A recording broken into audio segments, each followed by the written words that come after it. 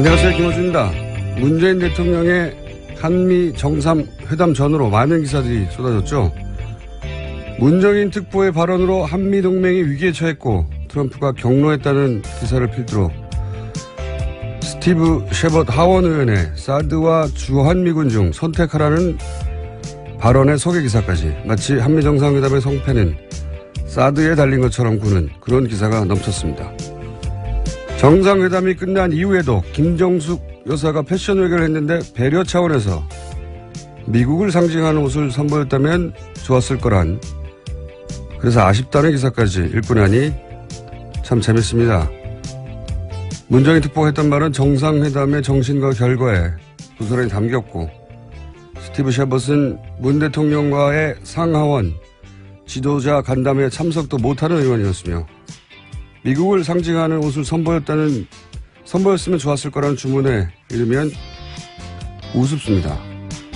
위크릭스가 폭로한 2006년 미 외교 전문의 버시바우 주한미 대사는 반기문 당시 외교부 장관을 이렇게 표현했습니다. 미국의 모든 것에 동조하는 게 자연스럽다. 교육받은 한국인의 전형적인 모습이다. 버시바우가 2017년에 이 기사들을 봤으면 아마 이런 말을 하겠죠. 여전하네. 김원준 생각이었습니다.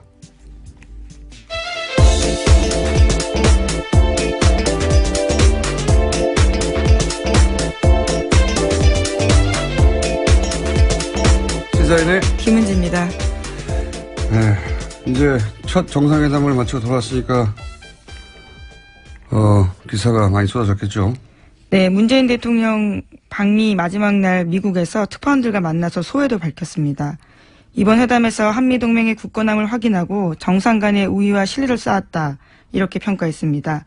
또 한국이 남북대화를 주도해야 한다는 것도, 사드 배치의 민주적 절차가 필요한 것도 트럼프 대통령과 미국 정부가 당연한 주장으로 받아들였다라고 밝혔습니다. 동포 간담회에서도 미국에 와서 한국의 위상이 달라졌음을 확인했다고 말했습니다. 그렇군요. 뭐 본인이 한 회담이니까요. 네, 잘했다고 해야죠. 이건 당연한 이야기고, 실제 회담이 어땠는지는 저희가 오늘 2부에서 미국에서 교민들의 반응, 그리고 국내 전문가와 함께 얘기를 나눠보겠습니다. 자, 관련 뉴스들이 참 재밌긴 했어요. 예를 들어서 옷 이야기, 그 기사 보셨어요? 네, 봤습니다. 굉장히 재밌는 뉴스였어요. 그러니까 미국을 상징하는 옷을 입고 갔으면 좋았을 거라, 이런 기사잖아요. 예. 네, 베스트 댓글에서 그럼 일본 가면 기모노를 입어야 되냐, 이런 식의 이야기들도 있었습니다. 이게 잘못된 인식이죠. 배려해야 하는 쪽은 먼 길을 온 손님을 맞이하는 집주인이 배려하는 거죠. 예. 손님이 집주인 마음에 들으려고 그 나라 옷을 입고 간다는 게 말이 되나요? 미국 상징 옷은 뭔가요? 리바이스 폴로 이런 거죠. 예. 리바이스 폴로 셔츠 입고 양키즈 모자를 쓰고 갔어야 한다는 건지. 미국 중심 사고, 미국이 잘 보여야 한다는 이런 인식을 하니까 이제 그런 발상이 나오는 거죠. 큰 문제 의식 없이 그런 기사를 썼을 텐데. 네, 오히려 미국에서는 우리가 입은 옷이 예쁘다면서 칭찬을 하자 오히려 김정숙 여사가 전해주기도 했던 일이 있었죠. 그게 너무 당연한 것 같은데, 한복 입고 간 것을 보고 미국을 상징하는 옷을 입고 갔으면 좋았을 거라고 하는 상상을 한다는 게, 그리고 그 기사를 쓰고 그게 이제 데스크를 통과한다는 게 전 너무 웃깁니다. 예. 우리가 그만큼 미국에 잘 보여야 하고 미국이 어떻게 생각할까 관점에서 사안을 본다는 거죠. 바보같이. 자, 다음 뉴스는요? 네, 문재인 대통령 이번 한미 정상회담을 통해서 북핵 문제와 통일 논의의 주도권을 확보한 성과를 거뒀다라는 평가를 받습니다. 하지만 한미 FTA 재협상과 방위비 분담금 문제가 공론화된 것이 과제로 남게 되었다라는 평가도 있습니다. 이건 이제 트럼프 대통령이 사실은 본인의 대선 과정 중에 끊임없이 반복해서 제기했던 문제죠, 이게. 예. 그래서 또 한 번 언급을, 사실은 합의문에는 없는데, 공동성명. 이제 합의문, 공동성명 발표하기 전에 자국 언론을 향해서, 자국 국민들을 향해서 광을 판 거죠. 예. 그렇다고 저는 보여지는데, 이게 합의가 되지 않은 사항이었다는 거는 이제 같이 갔던 김경수 의원이 비하인드 스토리로 SNS에 페이스북에 올리면서 드러나게 됐죠. 예. 네, 한미 공동성명 발표가 7시간 지연됐는데 그 당시의 이야기를 자신의 페이스북에다가 썼습니다. 7시간이 7년 같았다라는 건데요. 한미 공동성명은 대통령 스스로 높게 평가할 정도로 심려를 기울인 작품이고 그 과정에서 해프닝도 있었다라고 이야기했습니다.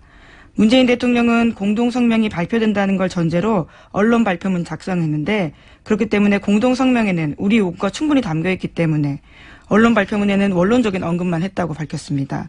반면에 트럼프 대통령은 공동성명에 담겨있지 않은 한미 FTA 재협상을 포함한 여러 가지 문제들을 구체적으로 언급했는데 언론이 언론 발표문만 기사로 써내고 있어서 공동성명 발표가 늦어진 거에 대해서 애가 탔다라는 이야기를 했습니다.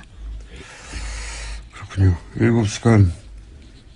그 사이에 이제 트럼프 대통령이 FTA 얘기를 하고 그랬던 거죠. 근데 이제 발언 내용도 사실은 전혀 사실관계가 맞지 않았어요. 예, 트럼프 대통령이 뭐라고 그랬냐면은, 만료됐다고 말을 했죠. FTA가. 네, 재협상을 이제 시작해야 된다. 뭐 시기가 네. 끝났다라는 식이었는데요. 만료됐고, 그게 벌써 2주 전에 만료됐고, FTA는 만료되는 게 아닙니다. 뭐 일종의 가짜뉴스죠. 네, 본인 입으로 말했는데, 만료됐고, 재협상도 시작됐고, 둘 다 사실관계가 틀린 이야기고, 그리고 FTA 발언한 것에 대해서, 우리나라에서는, 우리 언론들은 이제 뭐 한미 동맹을 굳건해야 한 대가로 FTA를 내줬다 이런 식으로 그 정상회담의 성과가 이제 그 성과도 있고 숙제도 있고 이렇게 마치 냉정한 듯이 그렇게 말하는 것이 객관적인 듯이 말하나 실제 미국 언론들은 이 FTA 발언에 대해서 비판이 많아요. 네. 네, 뉴욕타임스가 현지 시각으로 1일에 이런 보도를 했는데요. 중국으로부터 사드와 관련된 집중 보복을 당하고 있는 한국은 트럼프의 무역 강경책에 놀라고 있다라고 했습니다. 또 미국의 대한 무역 적자가 지난해 270억 달러에 달했지만 2011년 그러니까 한미 FTA 발효 전에는 그 2배가 넘었다라고 지적했습니다. LA타임스도 비슷한 보도를 했는데요. 한미 FTA 재협상은 북핵 문제로 민감한 시기에 동맹국을 도발하는 것으로 비칠 수 있다라고 비판했습니다. 로이터 통신 또한 무역 불균형 문제를 매우 거칠게 트럼프 대통령이 제기했고 이런 공개적인 불만 토론은 현명하지 못하다라고 평가했습니다. 이게 사실은 뭐 이런 얘기죠. 그 사드로 미국이 전략적 이득을 얻었으면 사드 때문에 중국의 경제 보복을 당하는 한국이 그러면 안 된다. 한국이 그러면 화가 나거나 아니면 이거 결례라고 생각하거나 뭐 그렇게 생각하지 않겠냐. 이런 말을 우리 언론이 해야 되는 거예요. 우리 언론이 아니 사드 배치로 자신들이 전략적인 이득을 얻었으면 중국과 지금 굉장히 경제보복 때문에 힘들어하는데 그러지 말라고 우리 언론이 백업 해줘야 되는데 우리 언론은 그러지 않고 미국 언론이 이러고 있는 겁니다. 우리 언론이 미국보다 더 미국적인 거예요. 예. 심지어 미국 온라인 매체인 복수에서는 트럼프 대통령이 무역 적자와 재정 적자를 헷갈려서 거꾸로 말했다라는 지적도 했습니다. 그런 얘기 했죠. 예. 지금 무역 적자 때문에 우리가 20조 달러의 적자가 생긴다고. 근데 이게 20조 달러는 재정 적자고 무역 적자는 5천억 달러밖에 안 되거든요. 예. 그래서 이 매체 복수는 아마도 CNBC인가요? 거기서 나온 보도를 받아 쓴 걸 거예요. 거기서 humiliating 아주 창피한 실수를 한국 대통령 앞에서 우리 대통령이 했다. 이런 식으로 보도를 했죠. 무역 적자와 재정 적자도 구분 못하는. 그러니까 FTA가 끝났다는 말도 사실관계가 틀린 얘기지만 2주 전에 만료됐다고. 그러면서 예를 든 것도 사실관계가 전혀 다른 거라 미국 내에서 하여튼 비판받는 얘기입니다. 그럼에도 불구하고 어쨌든 FTA 얘기를 하긴 하겠죠. 네. 자, 이 이야기는 저희가 잠시 후에 전문가들 모시고 나눠보기로 하겠고 다음 뉴스는 뭡니까? 네, 국민의당 소식입니다. 국민의당 진상조사단이 어제 안철수 전 대표 대면 조사했습니다. 안철수 전 대표는 문준용 씨 의혹 관련 폭로가 있다는 것만 알았고 증거 조작은 전혀 몰랐다라고 밝혔습니다.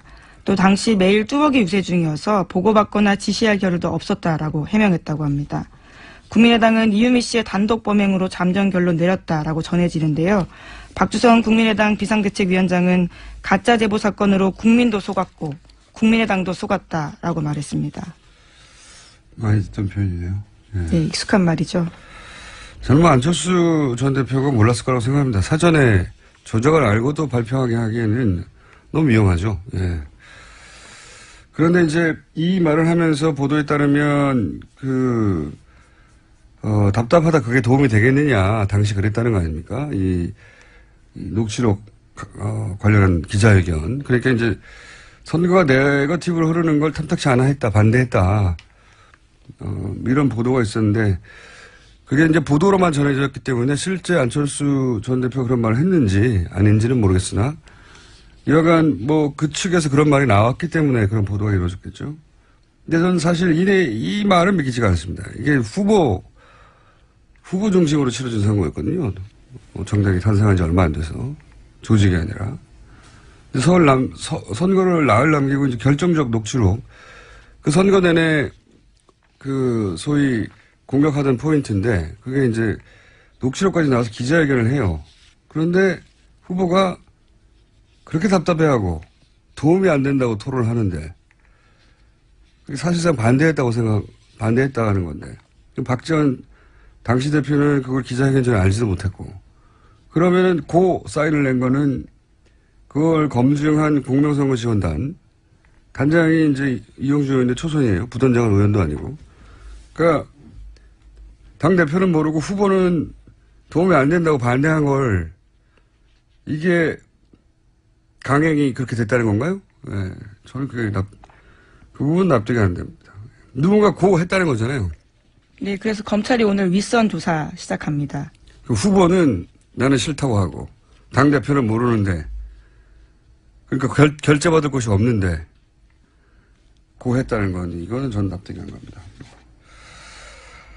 자, 하지만 이렇게 말하지 않을 수 없죠. 예. 다음 뉴스는요? 네, 이준서 전 국민의당 최고위원이 오늘 오전 10시에 피해자 신분으로 검찰에 소환됩니다. 이 전 최고위원은 앞서 구속된 이유미 씨의 진술을 통해서 윗선으로 지목되어 왔습니다. 또 검찰은 김인원 전 공명선거 추진단 부단장과 김성호 전 부단장도 오늘 오후에 소환합니다. 이유미 씨가 이제 또 다시 이유미 씨가 보도에 따르면은 안철수 전 대표에게 두렵다, 죽고 싶다, 도와달라는 얘기죠. 이런 문자를 보냈는데 당시 문자를 받은 안철수 전 대표가 무슨 의미인지 몰라서 답을 하지 않았다 확인했지만 이런 말을 또 역시 보도가 된 건데 예. 본인이 이제 마이크 앞에서 직접 한 말이 아니어서 보도된 걸로만 이런 말을 했다면 저는 이것도 좀 납득이 안 가는 게 이미 이제 토크 콘서트 때부터 알던 사람이 죽겠다고 하는데 무슨 말인지 몰라서 답을 안 하나요? 이럴 때는 물어보죠. 왜냐고. 그렇지 않습니까? 그렇죠. 아무래도요. 예, 답을 안 했다는 건 이때 답을 하면 안 된다는 걸 알았다고 받아들여야지 무슨 말인지 몰라서 답을 안 했다는 건 좀 납득이 좀 안 갑니다. 죽겠다는데 어디 놀러 가자는 것도 아니고 예. 이상한 일입니다. 예. 자, 다음 뉴스는요. 네, 박근혜 최순실 씨 재판 관련된 내용입니다. 삼성 쪽은 특검이 주장하는 말 교환 계약 의혹과 관련해서 이것을 반박하는 증거를 재판부에 제출하고 의견을 제시했습니다. 삼성 변호인단은 지난 30일에 말 비타나 V와 라우싱 등 마필 매매 계약 해지 확인서를 공개했습니다. 최순실 씨 쪽에다가 단 한 번도 말 소유권 넘겨준 적 없다라는 증거라는 겁니다. 이게 이제 말 세탁 관련해서 반박 증거라는 거예요. 간단하게 말하면은 소유권이 최순실에게 넘어갔으므로 비밀계약서, 드러난 비밀계약서상 이것은 뇌물이다. 이렇게 특검이 얘기를 한단 말이죠. 거기에 대해서 삼성이 한 일이 뭐냐. 이게 이제 이 기사를 보면 대체 뭘 말하는지 잘 몰라요. 간단하게 요약하면 이겁니다. 자기들이 그때 팔았던 매매 계약을 해지해서 돌려받았으니까 이걸 봐라. 원래 내 거니까 돌려받았지 않겠냐. 이런 말이거든요. 저는 이런 희한한 논리는 처음 들어봐요. 매매 계약 해지라는 용어도 처음 들어봅니다. 매매를 했으면 다시 구입을 하는 거죠. 구입 계약이 있는 거죠. 매매 계약서에 뭐 예를 들어서 1년 있다가 무슨 사고가 생기면 해지한다 이런 게 있습니까? 매매했는데 그 매매는 말이 다른 데 팔리면 어떡합니까 그러면? 그렇잖아요? 매매 계약 해지란 용어도 말이 안 돼요. 예, 해지 시점도 이상합니다. 최근이거든요. 5월 24일인데요. 특검 쪽에서는 재판 증거 내기 위해서 이렇게 한 거 아니냐라고 반박하고 그러니까 있습니다. 팔았던 걸 되샀다고 하면 말이 되죠. 매매를 했는데 해지를 하면 되돌려 받는다. 이게 말이 안 되잖아요. 매매를 했으면 그 말이 거기 없을 수도 있어요. 그렇지 않습니까? 자기 마음대로 할 수 있는 거죠. 샀으니까 그쪽 산 쪽에서는. 매매 계약 해지란 단어는 매매를 계약하는 체결 당시에 완전히 도장 찍기 전에 혹은 도장 찍은 직후에 무슨 사안을 가지고 해지하거나 말거나 하는 거죠. 말 팔고 난 지 1년 있다가 해지가 어딨어요. 요거도 말이 안 되고요. 이걸 돌려받았다는 게 자기 소유권을 인정받는 게 아니죠. 소유권이 넘어갔다가 샀다고 할 수는 있죠. 재구매. 그러니까 그 사이에 무슨 일이 있었는지를 입증하는 증거가 아니에요. 당연히. 그 사이에 비밀계약서에 의해서 최순실에게 넘어갔는지 아닌지를 입증할 수 있는 증거가 아니란 말이죠. 근데 이 해지 계약서로 말이 되돌아왔으니까 원래부터 내 거다라고 지금 주장하고 있는 겁니다. 정말 희한한 주장이에요, 이게. 왜 희한하다고 언론이 보도를 안 하나 몰라요. 진짜 희한하지 않습니까? 내가 물건을 팔았어요, 중고시장에. 근데 그거를 해지하고 1년 있다가 다시 되돌려받았으면 이게 원래 내 거였다는 주장 근거가 됩니까? 안 되잖아요. 중간에 무슨 일이 있었는지 입증할 수가 없어요. 그거 가지고는. 되산거죠, 되산거. 그렇게 생각해야 하는데, 이게 정말 이상한 주장이라는 보도가 없어요. 저는 너무 이상한 주장이라고 봅니다, 이게. 예. 설사 이 계약서에 애초에 1년 있다가 원하면 되돌려 받는다라고 하는 조항이 있다 하더라도 그 사이에 있었던 일을 입증할 수는 없잖아요. 네, 그렇죠. 그 사이에 실제로 정유아 씨가 또 그 말을 탔고요. 네. 그리고 이제 봐라 공식적으로 말값을 안 줬지라고 할 수 있어요.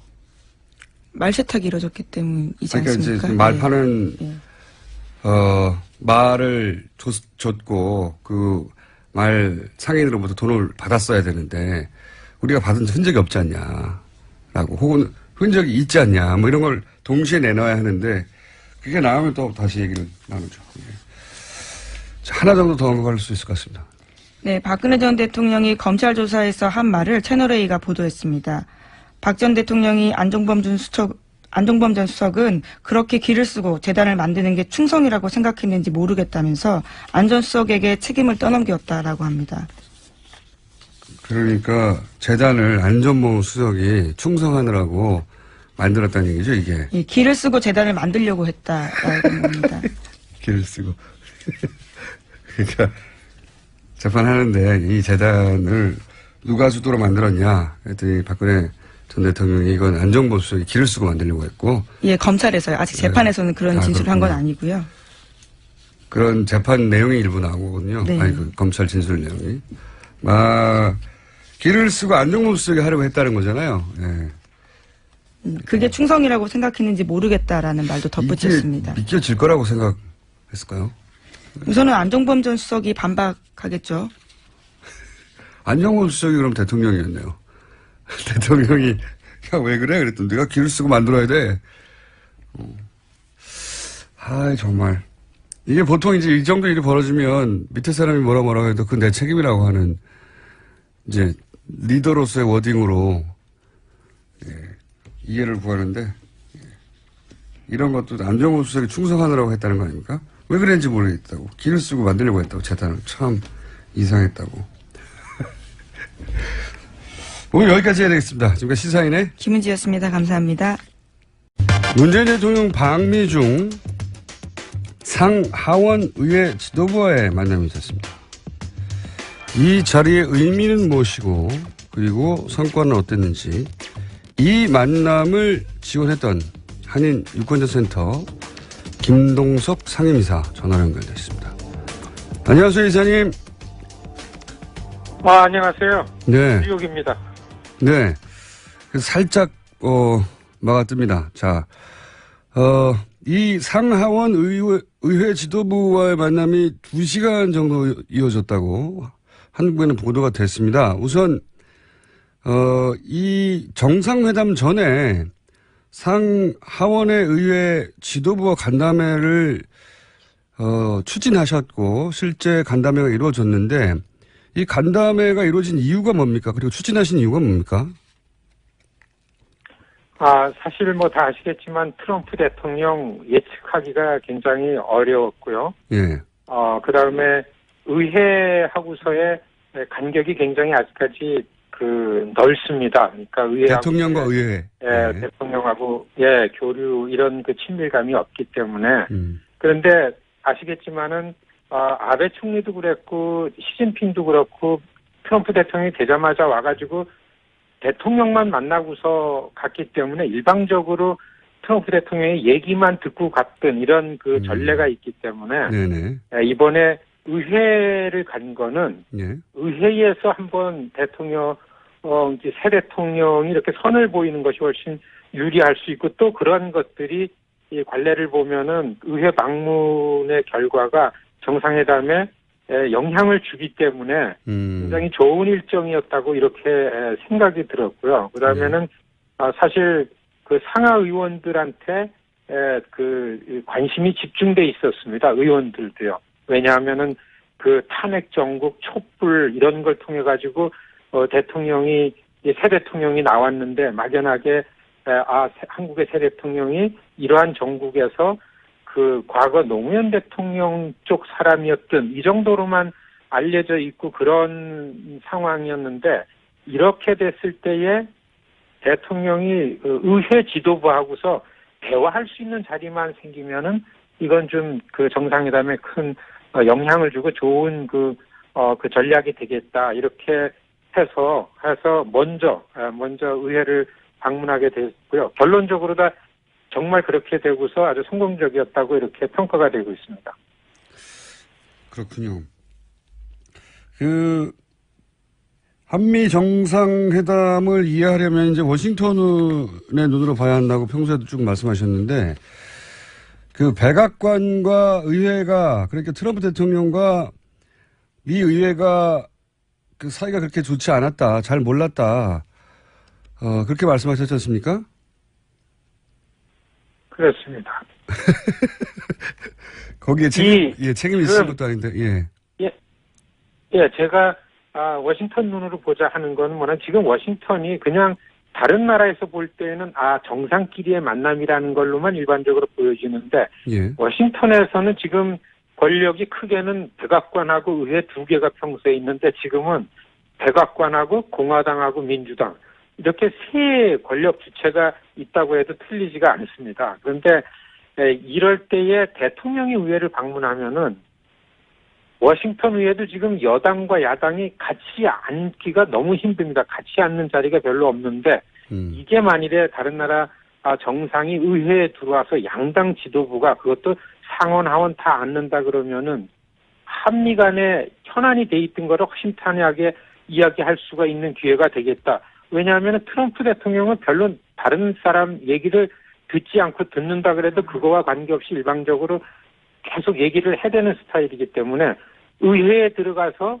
현안을 놓고서 미국의 지도부들하고 얘기하는 자체가 의회는 굉장히 안정적이고 또 상식적인 대화가 다 되는 거기 때문에 그렇기 때문에 이번에 그런 전략이 잘 맞아떨어진 것 같아요.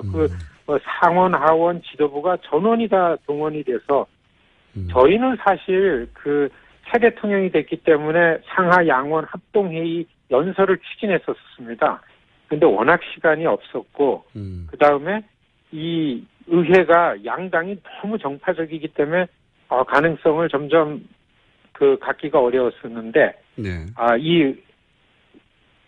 한 2주 전에 문정인 특보가 다녀가시면서 좀 발언을 하신 것 때문에 굉장히 관심이 쏠리게 됐습니다. 오히려 더. 그러다 아시겠지만은, 그 다음에 미국 시민이 북한에 억류돼 있다 나와가지고 6일 만에 또 죽었어요. 의회에서 아주 굉장히 강경한 분위기가 조성이 됐고, 그렇기 때문에 더욱더 한국의 새 대통령에 대한 관심이 집중돼 있으니까 의회에 대통령이 되니까 의회 지도부가 관심을 많이 가서 다 모이게 됐습니다. 정말 예. 그 공화당, 상원 공화당 지도부다, 하원 공화당 양당의 지도부가 다 와가지고 굉장히 오랫동안 진짜 이례적인데 한 시간씩 네네. 하원 1시간, 상원 1시간 대화를 했습니다. 그러니까 지금 그 워싱턴 분위기에서 상하원 지도부 모두 그리고 상하원의 공화당과 민주당 모두가 함께 모여서 1시간씩 이렇게 대화를 한다는 것은 굉장히 이례적인 거라는 거죠. 그렇습니다. 그리고 대통령한테 질문이 한 20여 개 이상이 쏟아진 질문을 굉장히 차분하게 다 받아내고 그 결과가 특별히 하원 의장이 그 문재인 대통령하고 간담회 끝난 다음에 상원도 다 끝난 다음에 그 내용을 종합해서 그 성명을 낼 정도였었습니다. 안심해도 되고 우리가 갖고 있던 그런 생각이 아니고 이 새 대통령하고 한미 관계가 탄탄하다는 거를 이런 것들을 우리가 확인할 수 있었다라는 내용이 이제 그 이튿날 예정된 정상회담 쪽에 이렇게 전달이 된 거죠. 그렇군요. 그렇기 때문에 네. 이사님은 이제 의회 방문이 성공적이라고 보시는 건데 그러면 어떤 걸 물었고 어떻게 답했길래 성공적이라고 보시는 겁니까? 그 정상회담 준비하는 과정에서는 어떻게 해서든지 사드 문제는 현안으로 얘기하지 않기로 이미 준비가 돼 있었습니다. 네. 그런데 그럼에도 불구하고 북한 문제가 갑자기 굉장히 긴장되게 올라오는 바람에 의회 내에서는 또 워싱턴 그 전문가들 속에서는 그럴수록 사드가 빨리 배치가 되고 이래야 되는데 한국 정부의 반응이 좀 탐탁지 않다, 이런 분위기가 있었었는데요. 역시 시작하자마자 제일 먼저 질문한 사람이 하원 군사위원장이 네. 대통령에게 사드 관련한 의견을 질문을 했습니다. 그리고 폴 라이언 의장도 그 문제를 짚었고요.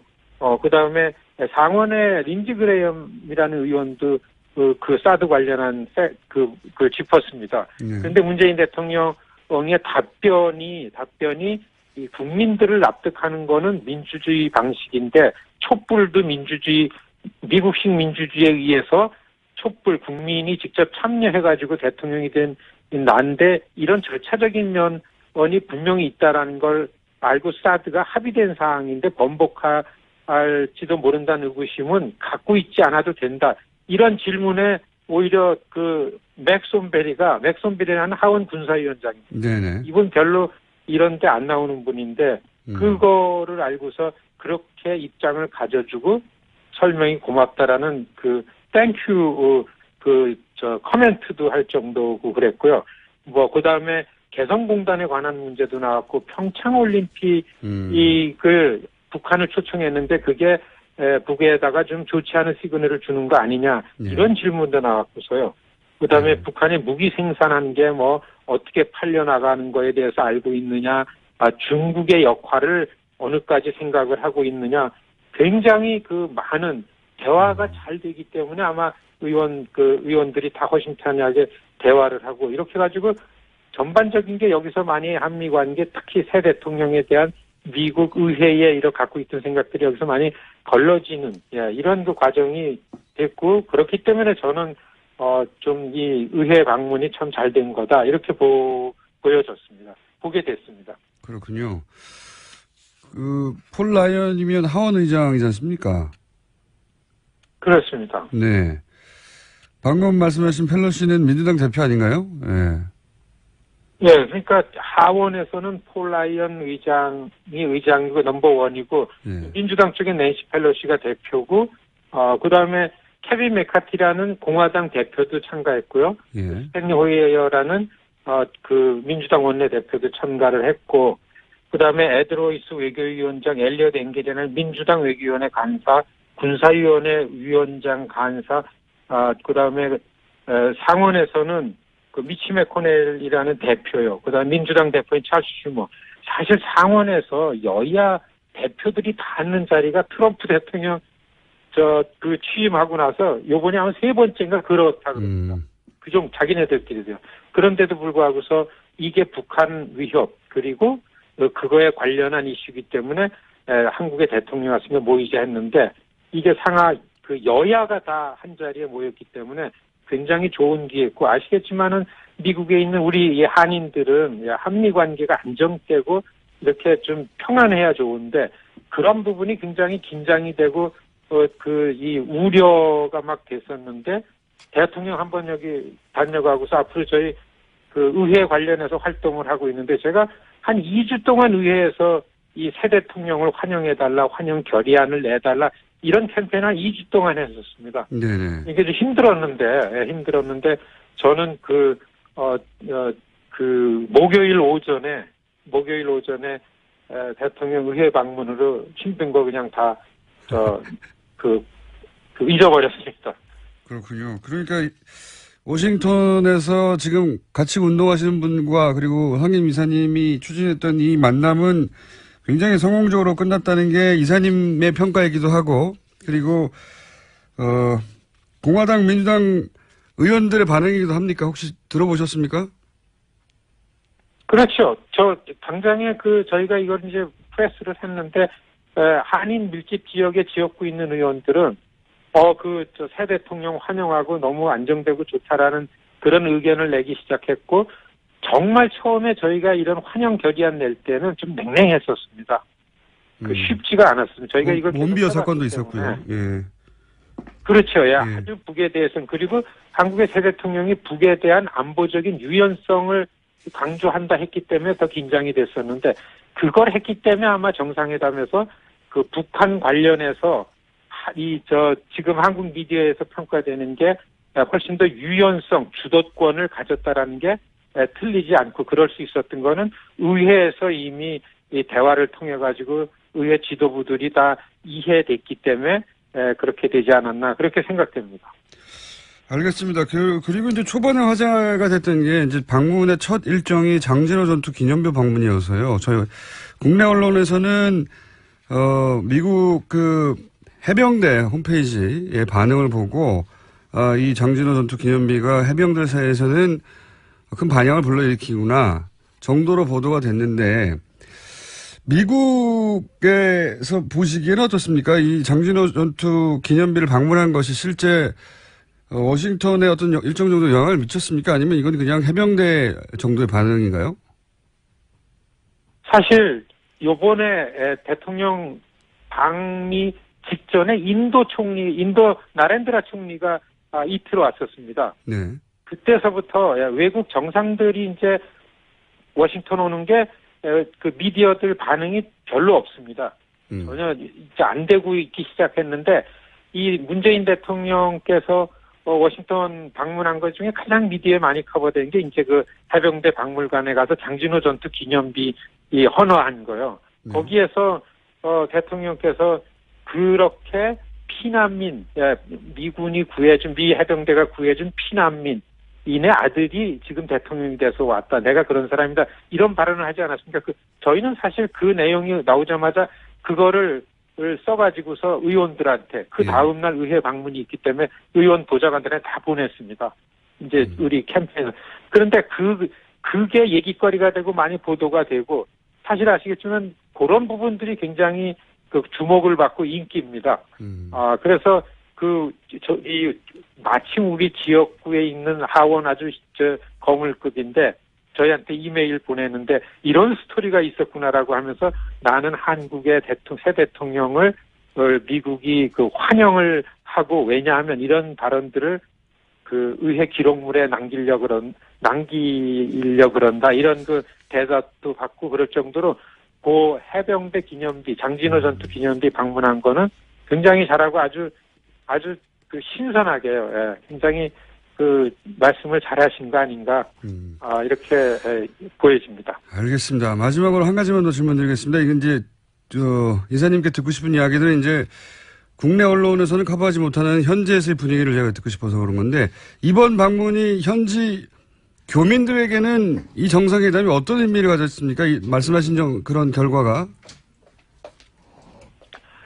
사실 미국의 한인 교민들은 어떤 분이 대통령이든 하여튼 미국에 찾아오면은 이게 사실 시집 온 사람들의 친정 부모가 오는 것 같은 그런 느낌이지 않습니까?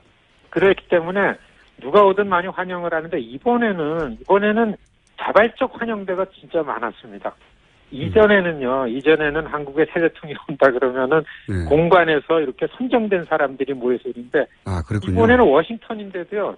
전국에서 그냥 그 비행기 타고 서로에 뭐 초청 받건 안 받았건 지나다니는 이런 길에 이렇게 현수막 누가 보면 진짜 뭐 관제 환영 인파처럼 절대 그럴 겨를이 없을 텐데 그래서 그리고 또 이런 게 있습니다. 교민들도 그렇겠지만은 미국 정치인들이 가장 긴장을 하고 겁먹는 거는 문재인 대통령이 국민 지지도가 높다는 겁니다. 트럼프 대통령하고 계속 비교를 하는 거예요. 예.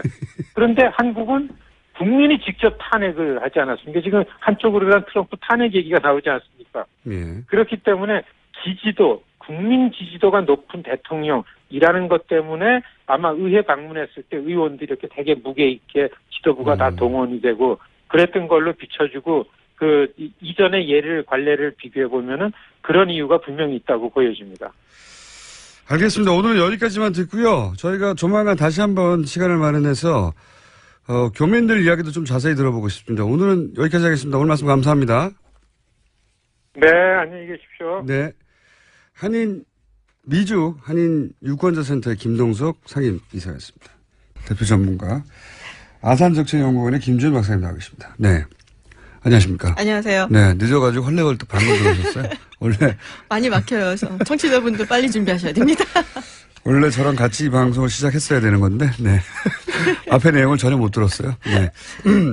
김동석 이사님 말씀은 이제 우리 언론에서 이제 여야, 그러니까 공화당, 민주당 다 포함된 의회 지도자 간담회 2시간에 대해서 네. 그게 어떤 의미를 갖는지 이제 크게 보도가 안 됐는데, 그게 있었다. 네, 이게 잘 그렇죠. 진행됐다 정도였지. 근데 김동석 상임이사 미국에서 이 의회 만남을 계속 추진했고 밀었던 그런 운동을 했던 이분의 입장에서 보자면 여야 공화당 민주당 지도부가 한 번에 다 모이기도 굉장히 힘들고 실제 대표나 하원 의장이나 주요 인사들이 왔고 그리고 그렇죠. 집중적으로 질문 공세를 공격적으로 했는데 원비어 사건도 있고 해서 네.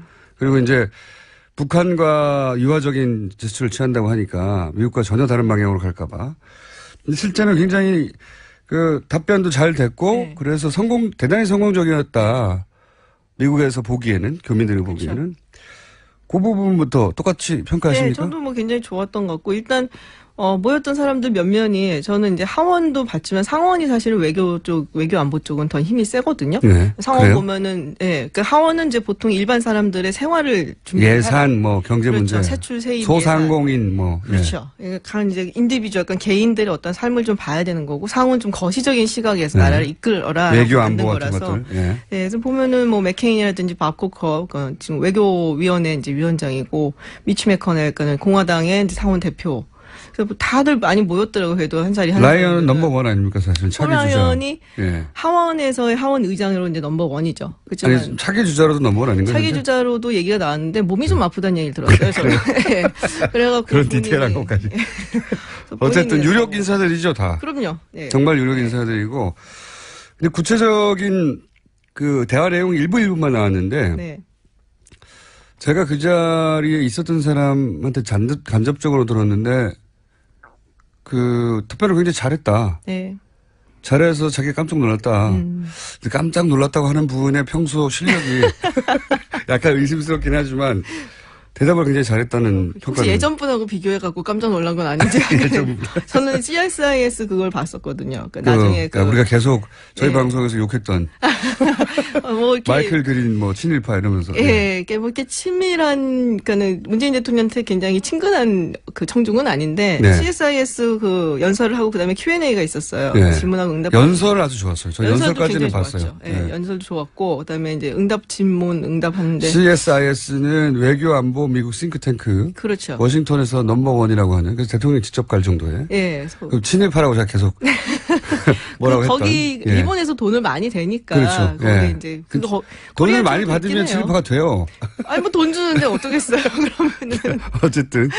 근데 질의응답을 한 4개 정도 했던 것 같아요. 네. 근데 뭐 답변 굉장히 잘하셨고, 그리고 이거는 이제 사전에 준비된 건 분명히 아닌 것 같은 게 몇 번 자꾸 물어보셨어요. 뭐라고요? 잠깐만요. 기다려봐요. 그리고 질문이 사전 준비된 게 아니었다. 통역도 당황해갖고 이제 프로페서 문재인이라는 프로페서 문재인 나갔습니까? 실수를 하기도 했고.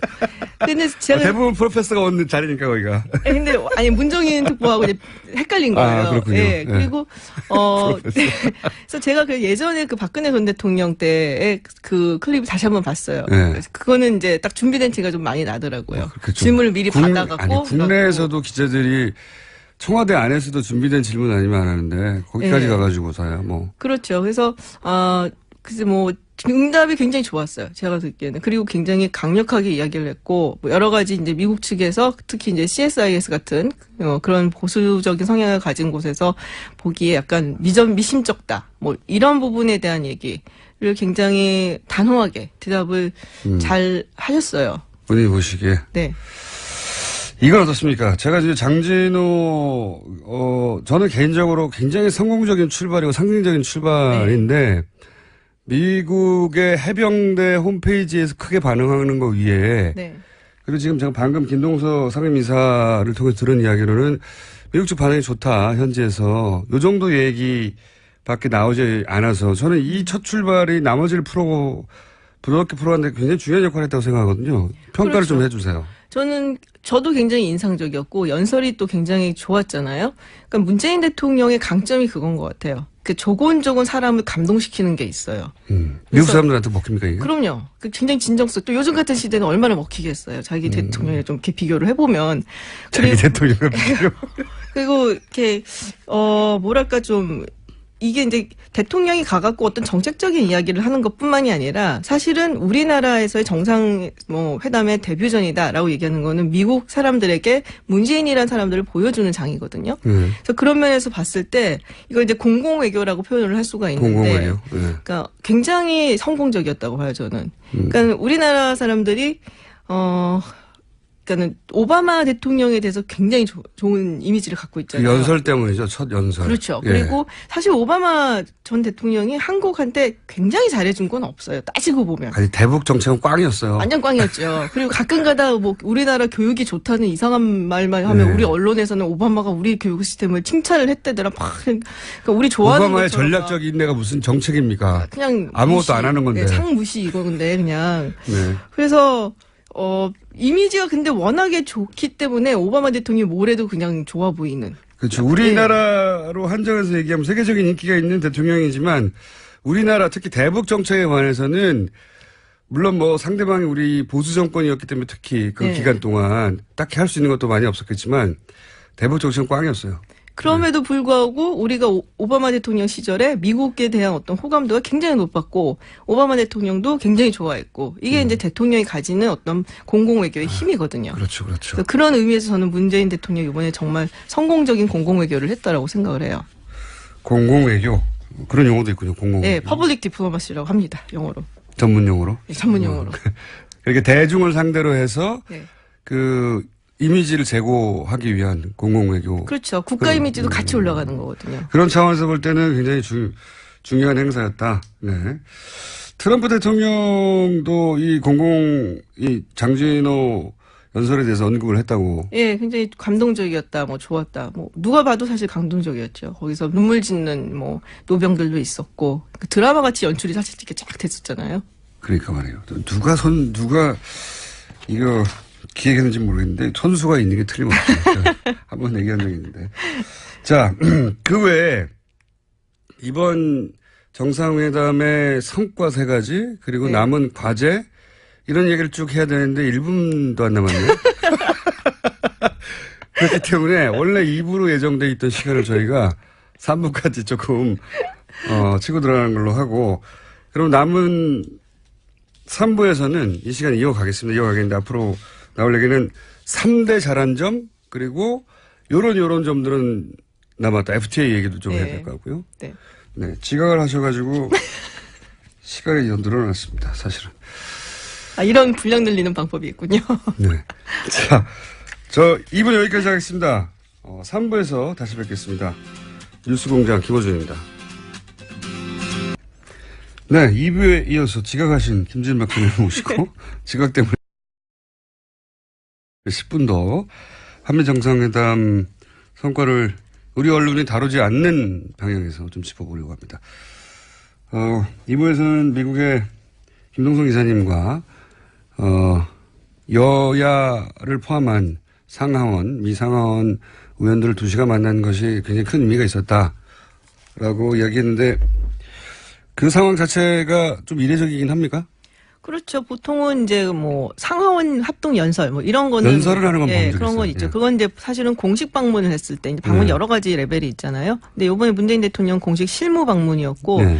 그럼에도 불구하고 합동 연설 해달라는 요청도 사실은 있었어요. 근데 우리 측에서 이제 안 하기로 결정을 했었고 그래서 개인적으로 좀 만나고 뭐 이런 건 있지만 간담회를 이런 식으로 이렇게 딱 잡아갖고 그것도 상당히 이제 지명도가 있는 의원들이 와서 전부 다 총출동을 해서 2시간 동안 압박 면접하는. 그렇죠. 압박 면접이죠. 이제 네. 어떤 사람인지 좀 보자 자기들도 뭐 이런 거죠. 그 미국에서는 사실은 의회가 차지하는 위상이 워낙에 크기 때문에 우리가 상상하는 우리의 여의도를 상상하면 안 됩니까? 다르죠. 굉장히 다릅니까? 다르죠. 의회가는 미국 헌법을 보면은 1조가 의회예요. 의회에 관한 거예요. 그러니까 그만큼 제일 중요하다는 국민을 거고. 대표하니까. 예. 그래서 대통령이 그래서 막 맘대로 하기가 조금 어려워요. 의회 권한이 우리보다 훨씬 세군요. 네.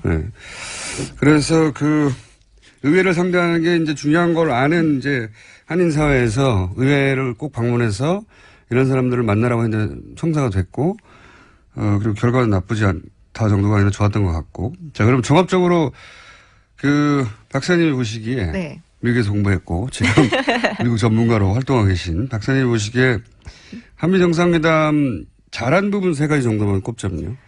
일단 이제 2부에서 말씀드렸던 그 공공외교 측면. 첫 번째, 예, 장진호. 새로 이제 문재인이라는 그 한국의 대통령이 어떤 인물인가 굉장히 좋은 이미지를 남기고 왔다는 것. 그게 굉장히 좋았던 것 같고요. 공공외교. 네. 두 번째는 지금 이제 북핵 문제를 해결하는 데 있어서 한국이 주도적인 역할을 하는 거를 지지를 한다는 게 공동성명 안에 들어가 있잖아요.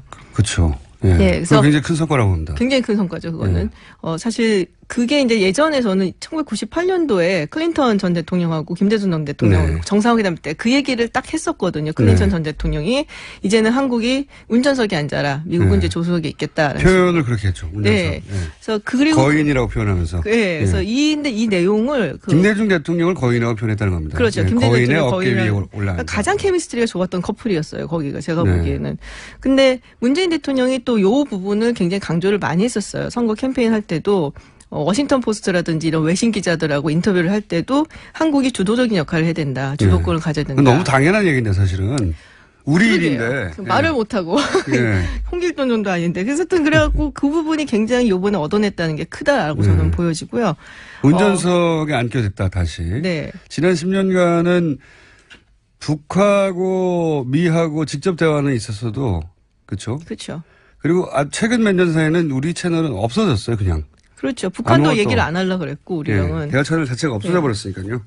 그리고 저는 이게 사실 되게 중요한 게 이번 정상회담이 사실은 미국과의 어떤 관계를 개선한다든지 좀 뭐 좋게 한다든지 물론 이런 것도 중요하지만 국내적인 메시지를 던지는 게 훨씬 더 크다고 봤어요.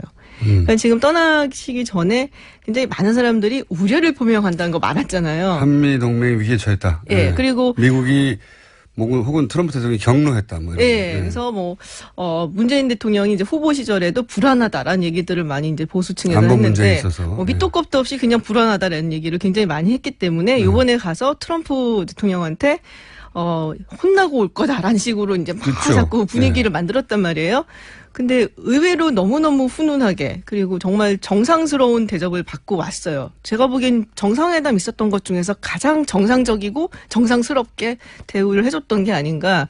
그래서 지금 이제 국내적인 정치적인 메시지로도 한미 관계에 전혀 문제가 없고 동맹 관계도 문제가 없고 안보 문제에 있어서도 굉장히 잘 이끌어 나갈 수 있다라는 메시지를 던졌다는 게 저는 가장 큰 의미가 있는 것 같아요. 미국 정치 지도자들한테는 내가 합리적이고 말이 되는 사람이란 그런 이미지를 남겼고 국내적으로도 안보 문제에 대해서 태클 걸지 말라는 메시지를 미국 측의 워딩을 그대로 따서 사실은 미국이 이렇게 한대잖아. 우리가 하면 우리가 이 대화를 주도하는 게 맞다고 하잖아라고 하는 항상 사실 우리 보수 측에서는 미국의 인증을 받아와라고 주장하거든요.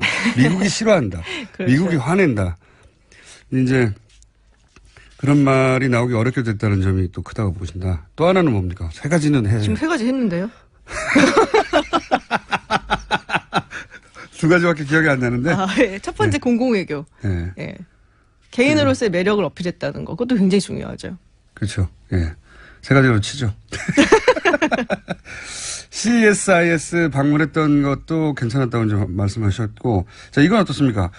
이어서 나온 이야기가 이제 그 트럼프 대통령이 공동성명 발표 전에 네. 그 사이에 FTA 만기가 다가온다느니 2주 전에 만기가 됐다느니 다 사실이 아니죠. 그게 만기가 어딨어요? 그러니까 재협상을 하고 있다느니 다 말도 안 되는 소리인데 이거 사실 말도 안 되는 소리를 우리 언론이 딱 보도해 줘야 되는데 어쨌든 왜냐면 만기도 없고 2주 전에 효력이 정지됐다는 것도 사실이 아니고 재협상을 하고 있다는 것도 사실이 아니고 사실은 트럼프 대통령이 실제 한미 FTA 내용도 모르고 있다는 거예요. 네, 잘 모르는 것 같고요. 그러니까 5년에 한 번씩 리뷰는 해요. 이게 어느 정도 이제 잘 돼가 있는가 뭐 그런 건 하는데 만기는 아니고 재협상이란 말이 공동성명에는 안 들어가 있어요. 근데 본인이 그런 얘기를 했죠. 리니고시에이팅 하겠다 뭐. 근데 그걸 FTA를 정말로 재협상한다는 어떤 법적인 용어를 쓴 게 아니라 그냥 아는 단어 쓴 것 같아요. 제가 보기에는. 아니 FTA의 내용을 모르는 것 같습니다. 한미 FTA 잘 내용. 모르죠. 예. 잘 근데 모르죠. 자기가 워낙 대선 기간 중에 이제 위대한 미국을 재건하겠고 그러면서 그 외로 한국과 FTA 얘기를 많이 했었고. 네. 예. 근데 한국 대통령이 왔는데 미국 기자들이 그래 당신이 계속 대선 기간에 얘기했던 그 FTA 내용 물어봤냐고 재협상 했냐고 이걸 기자들이 물어볼까봐 선수를 친 것 같아요. 그리고 이게 자동차 철강 이야기를 했잖아요. 네. 굉장히 상징적인 거거든요, 그게. 근데 사실 지금 FTA를 보면은 일단은 미국이라는 나라가 FTA를 많이 하는 국가가 아니에요. 그러니까는 사이즈가 제법 있는 경제 국가하고 FTA를 했다면은 이제 나프타하고 우리나라, 호주 뭐 이런 정도거든요. 아니면 뭐 칠레, 뭐 요르단 뭐 이런 나라들이기 때문에 일본도 안 하고 중국도 안 하고 유럽 국가랑도 안 하고 그래서 이제 나프타하고 이제 항미 FTA를 자꾸 치는 거고. 그리고 이게 무역이라는 게 결국에는 경쟁 우위를 가진 제품들을 서로가 이렇게 교환을 하는 거잖아요. 네.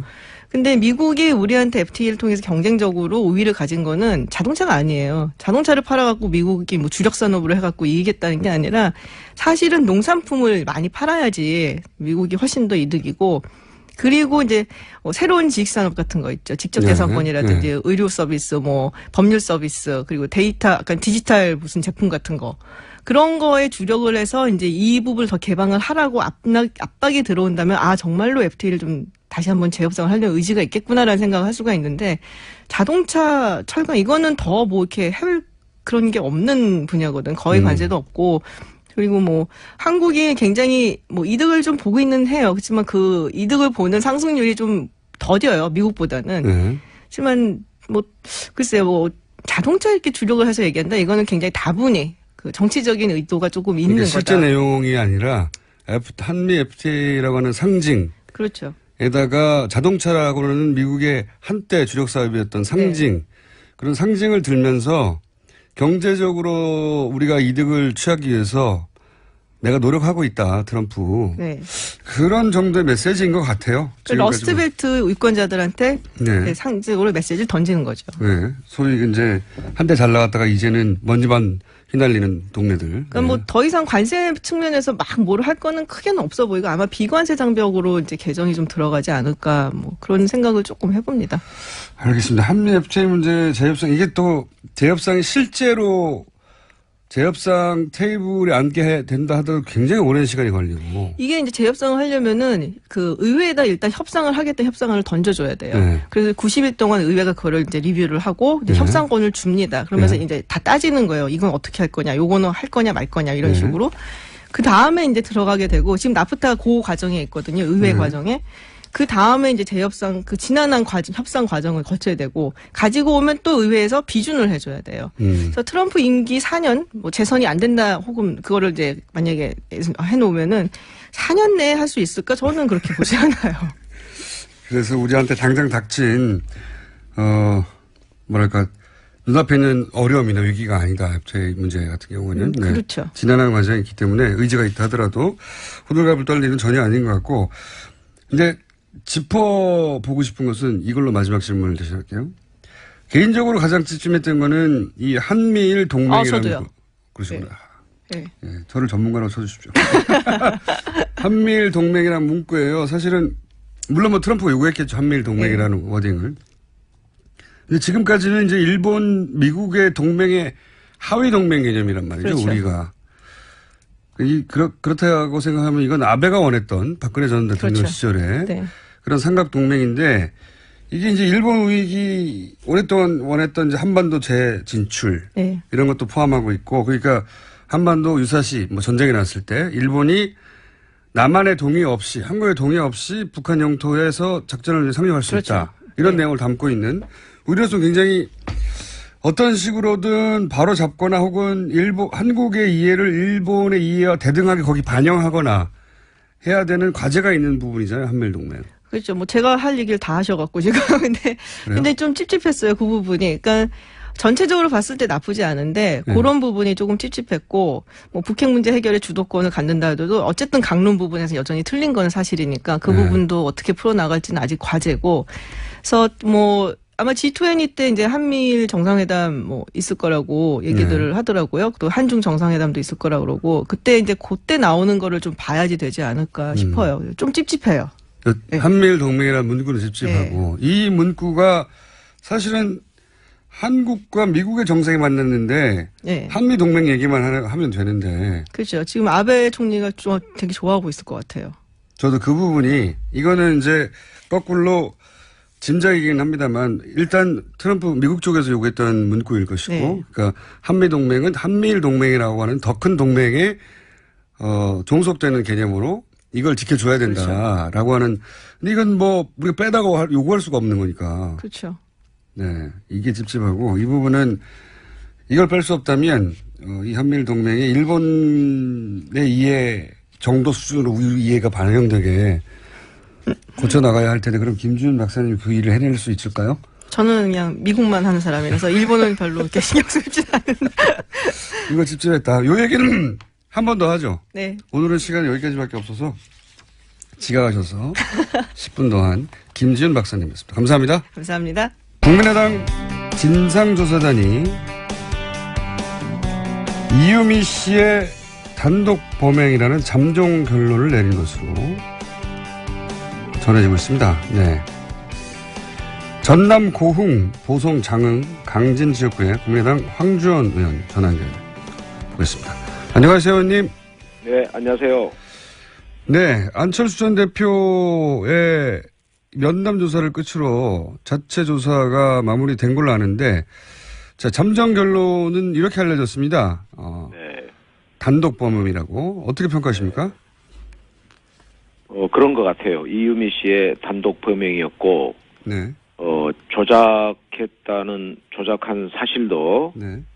윗선에서는 몰랐다, 뭐 이런 것 같습니다. 네. 그런데, 미디어 오늘에서 네. 여론조사를 했던데, 발표를 보면 6월 말 7월 초에 한 건데, 단독 범행일 거다라는 국민 여론이 13%예요. 그리고 당의 개입자가 더 있을 것이다 라고 믿는 국민 여론이 71%이더라고요. 그러니까 일반 국민 여론 민심과 저희의 잠정적인 결론 사이에 상당히 큰 격차가 있습니다. 네. 저는 그래서 좀 더 미진한 우리 자체 진상 조사에 미진한 부분은 없었나 또 좀 더 신중하게 해야 된다. 그래서 지금 이제 아마 금명간 입장 발표를 하는 걸로 알려져 있는데 저도 지금 오늘 조금 뒤 10시에 우리 긴급 의원총회가 있습니다. 네. 가서도 이런 얘기를 하려고 그러는데요. 어떤 일이 있을 때 자칫하면은 2번 죽는 수가 있다. 네. 이미 이유미 씨에서 이 조작이 이루어진 것 대선 과정에서 그걸 저희가 이제 공표를 하고 그걸로 해서 공세를 취했던 것 이걸로 이 사실이 밝혀지면서 우리가 이미 사죄를 했지만 한번 뭐 표현이 그렇지만 이제 죽는 일을 했다면 그 뒤에 대처랄까 수습이랄까 여기에서 잘못하게 되면 국민 여론 민심의 의심을 증폭시킨다든가 이런 일이 있게 되면 한 번 더 상처를 입는 일이 있을 수 있다. 국민 여론이 이러이러하므로 조금 자성하고 자중자애하는 의미에서라도 성급해 보이는 자체 결론의 시도 하지 않았으면 좋겠어요. 그래서 서둘러야 할 이유가 없다. 공연한 오해와 불신 가중시키지 말자. 뭐 이런 얘기 해보려고 합니다. 그러니까 조사단의 자체 조사는 이루어졌지만 이 결과 발표는 검찰 수사 이후로 연기하거나 혹은 자체적 조사로 그냥 끝내자 이런 말씀이십니까? 저는 서둘러야 할 이유가 없는 것 같아요. 왜냐하면 만약에 검찰 조사가 우리의 자체 조사 결과와 일치한다면 다행이지만 만약 그렇지 못하다면 그때 또 저희가 감당해야 할 후폭풍이랄까 역풍이 거셀 거란 말이에요. 그게 이제 번연히 예상되고 있고 지금 일반 국민들은 아까 말씀한 것처럼 70%의 국민들이 우리 이거에 대해서 신뢰하지 않고 있단 말이에요. 그렇기 때문에 단순히 그냥 미룬다기보다도 좀 더 철저하게 진상조사라는 게 이렇잖아요. 서로가 다 아는 처지에서 뭐 전화로 뭐 조사한달까 문의하고 또 만나서 물어보고 하지만 거기에 강제력이 있는 수사권이 없는 상태에서 깊이 있는 제대로 된 진실을 파헤칠 수 있겠나 그런 한계가 있기 때문에 좀 더 신중하게 가야 된다. 저는 그렇게 봅니다. 알겠습니다. 안철수 전 대표는 이제 보도로는 이렇게 알려졌습니다. 본인은 이런 정국, 네거티브 정국을 답답해하고 그리고 이런 녹취록이 나온 것에 대해서도 도움이 안 된다. 이런 토로까지 한 걸로 이제 보도가 됐는데요. 그렇다는 얘기는 사실은 이런 그 녹취록을 들고 하는 기자회견이나 이런 걸 사실상 반대 의견을 표했다 이렇게 보여지는데 박지원 대표도 당시에는 기자회견 전에는 알지를 못했다고 하고 그러면 이제 공명선거 지원단 단위에서 안철수 전 대표는 이게 도움이 되겠냐 답답해하고 박지원 대표는 알지 못했는데 공명선거 지원당의 단장 초선 의원이 이용주 의원이 단독으로 이걸 밀고 나갔다. 이렇게 보기에는 좀 그러니까 녹취가 가짜였다는 건 몰랐다고 하더라도 적어도 이 건으로 기자회견을 한다는 것은 누군가 알고 지도부가 누군가 오케이를 했었어야 이게 했었을 것 같거든요. 그렇지 않습니까? 네. 그 대목이 좀 이해가 안 가는데. 글쎄요. 저도 좀 아쉬운 대목이에요. 그래서 아마 이제 아까 말씀한 것처럼 국민 여론도 조금 이제 이해를 하지 못하고 있는 것 같고요. 누군가는 하라고 했을 거 아닙니까? 누군가는 그죠? 뭐 그렇죠. 결재가 있었을 거 아니에요. 이 중요한 문제를 그냥 이준서 전 최고위원의 개인적인 판단, 결재와 판단, 결정으로 또 몇 사람이 할 수 있는 문제는 저는 아니라고 봅니다. 그러나 이제 진실은 또 알 수가 없잖아요. 실제로 또 그랬을는지 안 했는지는. 그래서 이제 아까 말씀처럼 저희의 자체 입장과 국민 여론 사이에 이제 괴리랄까 격차가 있는 거 이게 저희의 이제 고심이고 여기에서 저는 안철수 전 대표이건 박지원 전 대표이건 무언가 그래도 이렇게 전혀 무반응으로 일관하는 것이 옳은 것인지 본인에게도 또 당에게는 물론이려니와 저는 조금 역시 유감스러운 부분이 있습니다. 박지원 대표는 이 건 관련해서 이제 본인은 몰랐다고 적극적으로 인터뷰를 여러 번 하셨죠. 언론을 통해서. 근데 안철수 전 대표는 몰랐다가 아니라 답답하고 이게 도움이 되겠느냐라고 하는 멘트를 했다는 걸로 봐서는 본인은 이런 어떤 그 녹취록 혹은 뭐 이런 네거티브 공방을 불편해하고 도움이 안 된다, 반대했다는 취지로 말한 것 같은데 후보가 반대하는 일을 계속 당연히 할 수는 없지 않습니까? 뭐 그런 걸 떠나서 어쨌든 간에 이 일이 이제 일파만파로 이미 커져 있잖아요. 국민적인 공분, 분노가 폭발하고 있는 시점이기 때문에 저는 지금이라도 아주 뭐 짧은 정도의 입장 표명 예컨대 뭐 죄송합니다. 이유 여하를 떠나서 책임감을 느낍니다. 검찰 수사가 완료가 되면 여러분 앞에 서서 입장을 밝히겠노라고 이런 정도의 입장 표명이라도 저는 있어야 한다 봅니다.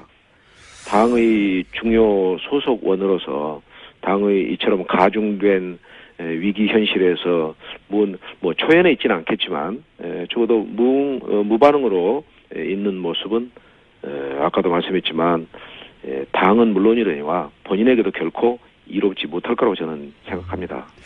예, 안철수 전 대표의 어떤 발언 타이밍을 이미 놓친 게 아닌가 이런. 좀 실기한 것 같아요. 예. 사건 초기에 이제 바로 메시지를 내고 뭐 두 번째 메시지를 또 내더라도. 글쎄. 예, 이제는 뭐 웬만한 발언으로는 수습이 안 되는 상황 아닌가요, 지금? 그런 것 같습니다. 예. 뭐랄까요, 이제 아주 센 메시지가 나와야 되는데. 중학교 때 왜 배웠던 영어에 최상의 정책은 정직이다 하는 말 떠오릅니다. 지금 이 시점에서 저희 국민의당 저는 꾀를 찾으려 하거나 전략을 구사하려는 생각해서는 안 된다고 봅니다. 있는 그대로 정직하게 진실하게 내리는 민심의 소나기를 그대로 흠뻑 맞으면서 극복할 건 극복하고 또 단죄할 건 단죄하면서 새롭게 일어서려는 그런 의지 갖고 있어야 한다고 생각합니다. 안철수 전 대표가 이제 내놓을 수 있는 메시지가 예를 들면 뭐 국민의 부름을 받을 때까지 저는 뭐 정계를 떠난다 뭐 이런 수준인가요? 아니면 정반대로 뭐 재창당, 대혁신 이렇게 공세적으로 나가서거나 이렇게 양극단의 메시지밖에 내놓을 수 있는 게 없는 것 같아요. 단순한 사과라면 뭐 그거 하느라고 이렇게까지 오래 끌었냐고 또 비판을 받을 테니까 그리고 극단적 메시지밖에 남지 않지 않았을까요? 글쎄, 그건 잘 모르겠습니다. 제가 또 얘기할 그건 이제 안철수 전 대표 개인의 몫이기 때문에. 알겠습니다. 이건 어떻습니까? 지금, 그렇지 않아도 뭐 정권 초기라서 더욱 그렇겠지만, 호남에서 문재인 정부에 대한 지지율이 높고, 그리고 반면에 국민의당 지지율이 좋지 않았는데, 이 파문으로 이제 더욱 나빠지고 있습니다. 네. 최근까지 여론조사 상으로는. 네네. 일단 직접 접하는 호남 민심은 어떻습니까? 말씀하신 대로 사납죠. 어떻게 이 상황에서 여론이 좋을 수가 있겠습니까? 호남 민심만이겠습니까? 지금 객관적인 여론조사에 전국 여론조사에서 저희 정당 지지율이 5%로 4개 원내 교섭단체 가운데서 최하위고 또 비교섭단체인 정의당한테도 밀리는 그런 상태이기 때문에 전국적 여론, 호남 민심 포함해서 아주 좋지 않습니다. 그런데 말이죠. 이 국민의당이 최근에 물론 야당이니까 야당으로서 할 일이 있어서 그런 점도 있지만 예를 들어서 한미정상회담 관련해서는 적당한 칭찬을 해줄 수도 있는 타이밍인데 문재인 정부는 자화자찬하지 말라고 이렇게 지나치게 냉정한 평가를 한단 말이죠. 이게 이제 전략적인 선택인 것 같기도 한데. 그게 말이에요. 네. 전 그 내용을 이제 깊이 들여다보진 않았는데 아마 다른 야당, 바른정당이나 자유한국당보다 조금 더 차가운 논평인 걸로 이렇게 나왔잖아요. 네, 그렇죠. 그 전문을 읽어봤는데 그 뒷부분에 가서는 이제 긍정적 평가가 있는데 앞에다가 이번 한미 정상회담을 속빈 강정 이런 표현을 썼었잖아요. 그렇습니다. 조금 이번 한미 정상회담은 많은 우려를 안고 출발했지만 대체로 성공적인 회담인 걸로 지금 언론에서 보도 나오지 않습니까? 그런 점에서 그건 일부 언론에서 저희 대변인이었나 당 관계자의 논평의 전체를 그대로 하지 않고 일부만을 따오면서 조금 저희가 그런 데서 오해를 받고 있는 것 같습니다. 제가 이제 국민들의 한 70-80% 이런 높은 국민 지지를 받고 있는 것이고 그것은 의심의 여지가 없는 거예요. 잘하고 있는 거죠. 근데 제 말은 뭐냐면은 이제 물론 논평을 하다 보면 잘한 점도 얘기하고 또 반면에 부족한 점도 얘기하게 마련이긴 한데. 그래서 국민의당이 이제 최근에 일관되게 문재인 정부를 이렇게 공격적으로 또 부정적으로 대하는 전략, 이 전략이 과연 국민의당에 도움이 되는가? 내부적으로는 지금 지도부의 전략이 이게 맞는 방향이냐, 국민의당에 도움이 되는 방향이냐 이런 의구심은 내부적으로 없습니까? 저희 내부적으로는 이제 시시비비 옳은 것은 옳고 그런 것은 그렇다 그런 확실한 태도를 가지고 임하자. 그래서 이낙연 총리 때 저희가 선도적으로 찬성을 했었지 않습니까? 지금 이제 그 정치권의 문제인데 이 여야의 문제에 있어서 결국에 연대와 협치의 방식과 이 수위의 문제인데 이제 아마 일반 국민 여러분들께서 보실 때는 왜냐하면 70-80% 국민들이 지지를 하고 있기 때문에 뭐 거의 그냥 좀 모든 걸 좀 협조해주면 좋을 텐데 하는 게 있을 겁니다. 그렇지만 또 구체적 사안으로 들어가면 최근에 이제 김상곤 교육부 총리, 그다음에 조대혁 노동부 장관, 송영무 국방부 장관 인사청문회 다 보셨지 않습니까?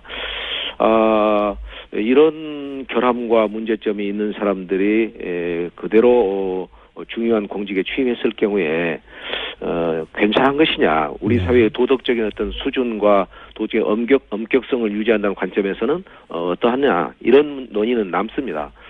그래서 어떤 그 여당의 관계자 한 분은 저한테 이런 얘기를 하더라고요. 좀 아쉬움이 남다 자기도. 세 사람 중에서 두 사람은 좀 이제 아웃을 임명을 강행하지 말고 한 명만 임명을 하면서 사전에 야당과 대화를 했으면 좋겠는데 지금 아마 청와대의 의지는 그게 아닐 것 같다. 그래서 자기도 좀 답답하다. 이런 속내를 전하는 것을 들었습니다. 어쨌든 그런 대목 하나하나에 있어서는 조금 저희가 좀 유연해야 할 필요가 있는 것을 느낍니다. 그렇지만 연대와 협치가 잘 가서 5년 동안 우리 문재인 정부가 순항을 하려면 대통령과 청와대에서도 조금 어떤 데에서는 야당의 의견도 경청하고 처음에 대통령 당선되었을 때 야당 당사를 방문하셨잖아요. 네네. 그런 그 정신과 기조가 계속해서 유지가 돼야 됩니다.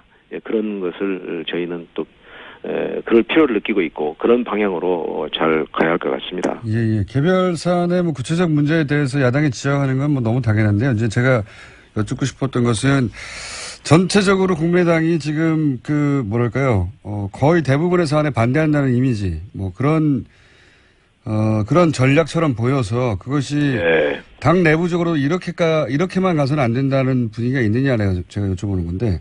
네네. 저도 개인적으로 자유한국당 또 바른정당과는 조금 다른 입장을 가지고 국민의당이 잘 가야 된다. 객관성 높은 좋은 심판관, 엄파의 역할을 잘 수행해야 된다. 그런 생각을 가지고 있습니다. 알겠습니다. 그 이야기는 다음 기회에 다른 주제를 한번 모시기로 하고요. 마지막 질문 한 가지만 더 드리자면 탈당 이야기도 많이 나오는데요. 국회의원 단위에서는 쉽게 움직일 수 없겠지만 지방선거가 있기 때문에 지역 의원들은 그렇죠? 지방의원 혹은 지자체를 선거를 준비하시는 분들은 좀 동요가 실제로 있죠? 있죠. 지금 지금 분위기가 그렇게 썩 좋지 않습니다.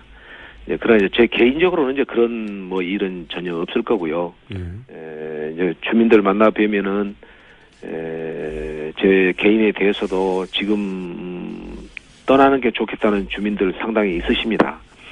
그러나 또 이제 다수의 당원들과 지지자들은 그렇게 가볍게 아직 처신하지 말고 이 일을 잘 마무리해라. 그리고 새 출발해야 된다. 그래야 당도 당신도 살아남아야 한다. 이런 말씀들도 하십니다. 저는 아까 말씀처럼 진실과 정직의 토대에 의해서 이 당을 새로 건설해야 한다는 그런 책임감을 느끼고 있습니다. 다만 이제 지역에 있는 지금 지방선거를 앞두고 있기 때문에 지방선거에 출마하려는 분들이 조금 흔들리고 있는 것, 동요가 있는 것 잘 보고 있고 그것이 참 가슴이 아픕니다. 혹시 합당의 가능성은 있습니까? 여기까지만 하고. 여기까지만 하고. 민주당과의 합당. 어떤 조건 하에서는 가능할 수도 있다. 아니면 어떤 조건에서는 불가능하다. 쉬운 얘기는 아닌데요. 글쎄요. 굉장히 어려운 이제 말씀이신데 정치의 세계에서는 내일 무슨 일이 일어날지 모든 일이 다 가능하기 때문에 그런 가능성을 아예 없다고 말씀을 제가 드리기는 어렵겠습니다만 지금으로서 가까운 장래에 그런 일이 일어날 가능성은 저는 거의 전무에 가깝다고 생각합니다. 알겠습니다. 오늘 말씀 여기까지 듣겠습니다. 감사합니다. 감사합니다. 지금까지 국민의당 황주홍 의원이었습니다. 멀리서 듣나? 이탈리아 고르곤졸라라는 도시가 있습니다. 고르곤졸라 치즈만 있는 줄 알았더니 그러고는 졸라 지역. 네. 그래서 듣고 계시나요? 스코틀랜드 에딘버러에서 듣고 있어요. 네. 미국 커네티컷주 댄버리에서 듣고 있습니다. 시차가 12시간. 시드니에서 듣고 있습니다. 현재 날씨는 영하는 아니군요. 영상 7.7도, 한겨울. 교통 상황은 나도 몰라. 헝가리 부다페스트에서 한밤중이라 교통정보는 모르겠고 창밖에서 고양이가 옵니다. 예, 앱으로 듣다 보니 고양이가 공장장 목소리 위협을 느낀 게 아닌가. 자, 그 외에 김지원 박사님의 세 개 다 했잖아요 하고 정색하는 반응이 재밌었다고 문자 많이 왔네요. 누가 머리에서 듣나 계속 보내주십시오. 저희가 7월 중에 이 중에 단 한 분만 선정하려고 했는데 제일 먼 곳, 그 다음 먼 곳 뭐 이런 식으로 몇 분 연결할지도 모르겠습니다. 네. 고르곤졸라, 에딘버러, 부다페스트까지 오늘 나왔습니다. 여기까지 하겠습니다. 자, 르몽드 디플로마티크 이제는 하지 말고 인문결 하나만 소개하는 걸로. 네. 인문결 소장님 나오셨습니다. 안녕하십니까? 네, 안녕하십니까? 네. 오늘은 어느 나라입니까? 오늘은 일본으로 가볼까 하는데요. 일본 주로 네. 서구를 커버하시다가 일본까지 커버하시는 걸로. 원래 외신 하려면은 국제뉴스를 하려면 다 해야죠. 일본이 어제 선거가 있었잖아요. 그렇습니다. 예. 도의원 선거가 있었는데. 외신에 관심이 많으신 분들은 뉴스를 뒤지다 보면 거의 매달 어느 나라에서는 선거가 있어요. 그렇죠. 뭐 선거 피해 다니기는 네, 어렵죠. 주요 국가들에. 근데 네. 이제 중국은 뭐 선거라고 그렇겠지만 지명을 하니까 후기자들을. 네. 그렇군요. 지명도 오래군요. 예, 그 중국 뉴스도 한번 다뤄보겠습니다, 나중에. 5년에 한 번씩 지명하는데. 자, 그리고 중국, 일본, 미국, 그리고 뭐 프랑스, 영국 이 정도는 거의 항상 커버하시는. 그렇죠. 선거가 있으면. 예. 지금 그 얘기 하시니까 생각이 나는데 네. 지난주에 제가 말을 하다가 중간에 탁 끊기는 어떤 그랬었잖아요. 네, 기억 안 납니다. 네. 그래가지고 제가 이제 당황을 해가지고 네. 그 인사도 못하고 그냥 그랬거든요. 네. 그 다음에 제가 문자를 많이 받았어요. 화났냐. 그 공장장 원래 그런 사람이니까 이해해라. 심지어 다른 방송 PD 한 분이 위로. 우리 방송은 뉴스 공장처럼 자르지 않습니다. 그 PD님에게 전해드립니다. 저희는 자릅니다. 자, 그래서 오늘은 자르지 마시고. 네, 최대한 안 자르겠습니다. 네. 그래서 이제 어제 그 도의원 선거가 있었는데, 네. 그 집권 여당이죠. 자민당이 거의, 그러니까 자민당 역사 이래 최대의 참패를 당했다. 이렇게 평가가 나올 정도로, 지금 그 선거에 실패를 했습니다. 그렇군요. 그 원래 의석이 그 도쿄 의회의 자민당이 57석이었거든요. 네. 근데 이제 57석이면은 원래 이제 그 과반은 못 됐지만 제1당이었었죠. 그 전에는. 근데 이번에 그 사전에 여론조사를 봤을 때, 과반은 물론 안 되고 아마 지금 의석보다 뺏길 것이다는 정도로 알고 있었죠. 그러니까는 몇 석을 더 뺏기느냐, 그거에 따라서 선전 여부가 이제 어떤, 그 평가가 될 수 있는 그런 거 있는데, 이번에는 그 평가를 할 수도 없을 정도로 아까 말씀드린 것처럼 57석에서 23석. 그러니까는 과반은 물론이고 일당도 뺏긴 거죠. 일당도 뺏기고 그리고 원래 의석의 절반 이하로. 네. 그렇죠. 그러니까는 고이케 유리코라고 하는 지금 현재 도쿄도 도지사죠. 작년 선거에서 작년에도 마찬가지입니다. 그 자민당 후보를 누르고 도지사로 선출이 됐는데. 도민 포스트 회라고 하는 정당이라고 보기에는 좀 어려운 그런 어떤 지금은 탈당을 했습니다만 어쨌든 간에 당을 계속 그 자민당 소속으로 하면서 이제 선거에 나와가지고 자민당 후보를 이긴 사람인데, 그러니까 무소속으로 물론 이제 이긴 사람인데 그 당시 6석이었거든요. 이번에 49석으로 늘어났습니다. 그러니까 엄청난 세력으로 성장을 한 거죠. 거기다가 이제 공명당이 원래 그 자민당하고 같이 이 중앙 무대에서는 공조를 하고 있잖아요. 연립 여당이잖아요. 근데 이 도쿄 도의회에서는 공명당이 이 고이케 유리코하고 같은 연립 형성을 해가지고 그 이외에 이제 무소속 몇 명 좀 합치고 이렇게 하면은 과반을 넘어서는, 한마디로 말해서 도쿄 도의회를 장악을 하게 된 거죠. 그렇군요. 예. 자, 지금 사실은 이렇게 된 것은 아베 총리가 그 학원 스캔들이죠. 네. 각해학원이었던가요? 예, 각해학원 부인은 물론 본인도 연루됐던 각해학원. 그거는 모리토모 학원이고. 그런가요? 두 개가 있어요. 각해학원은 뭐였죠? 그거는 이제 그 측근이라고 할 수 있는 그런 사람이 이제 연루가 됐다는, 그러니까 수혜를 봐줬다 이런 건데 그 학교의 대학교에 수의학부를 그렇죠. 뭐 신설하는데 예. 개입했다. 그렇죠. 정치적 개입을 했다. 네. 맞군요. 그러니까 아까 본 문제는 모리모토 학원이었고. 네, 모리토모 학원 같은 경우에는 그 국유지 재산을 이제 팔았는데 10분의 1 가격으로 팔았다는 이걸로 말도 안 되는 그런 거. 근데 거기에 이제 학원이 스캔들이 두 개였습니다. 네. 두 가지가 있었죠. 이제 그것뿐만 아니라 지금 이번에 자민당이 이렇게 지지율이 폭락하고 있는 이유가 이제 몇 가지가 더 있는데, 예를 들어서 그 여성 정치인 2명의 어떤 뭐라고 할까요? 그 설화라고 할 수 있는 어떤 그런 것들이 또 굉장히 발목을 잡았어요. 이나다 도모미 방위상. 어떻게 보면은 아베 총리가 굉장히 차기로 밀고 있는 여성 정치인 중에 하나거든요. 항상 한참 부각됐었었는데. 근데 이번에 도의원 선거운동 과정에서 아주 하면 안 되는 큰 실수를 했습니다. 뭐였죠? 제가 우리식으로 바꿔서 한번 표현을 해드릴 테니까 들어보세요. 이게 발언 수위가 어떤 정도인지. 예를 들어서 서울시의회 선거를 하는데, 우리나라 국방장관이 나와서, 우리 국방부도 목소리를 같이 했습니다. 민주당을 지지해 주십시오.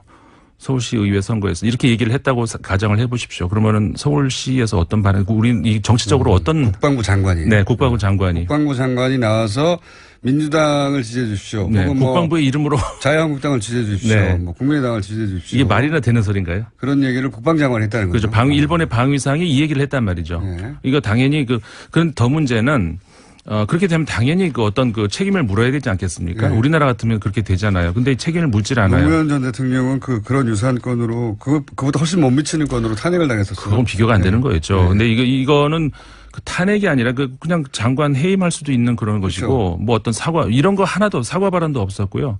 어떤 야당에서 강력하게 이제 어떤 사과라든가 이상의 어떤 이런 것들을 요구를 하는데, 사과로 끝날 문제는 아니죠. 물론. 근데 요구를 하는데 전혀 듣질 않아요. 아베 총리가 어떤 사건이 발생했을 때 대응하는 방식이 사과를 거의 안 하거나 사과를 하더라도 살짝 하고 갑자기 북한 문제가 크게 터집니다. 맞아요. 근데 이게 북한 문제로 항상 위기를 탈출해 왔어요. 네, 맞습니다. 그래서 이제 우리나라보다 북핵 그다음에 북미사일에 대해서 더 심각하게 생각을 하는 나라가 일본이죠. 올해 안에 전쟁 나는 걸로 아는 일본인도 많았어요. 정치적으로 예. 그거에 이제 현재의 자민당의 독주 구도에 굉장히 유리하기 때문에 이상하게 꼭 그렇게 자민당의 위기가 온다 싶으면 북한이 한 번씩 쏴주고 이렇게 되더라고요. 어쨌든 그런 것들이 전체적으로는 그러니까는 이 자민당의 지나친 독주가 빚어내는 이런 현상들이거든요. 그러니까는 사과를 할 이유도 없잖아요.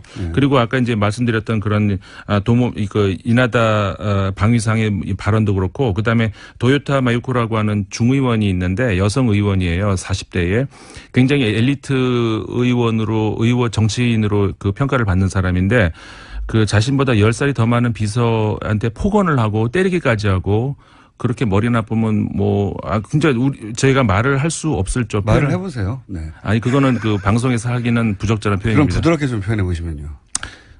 관둬라.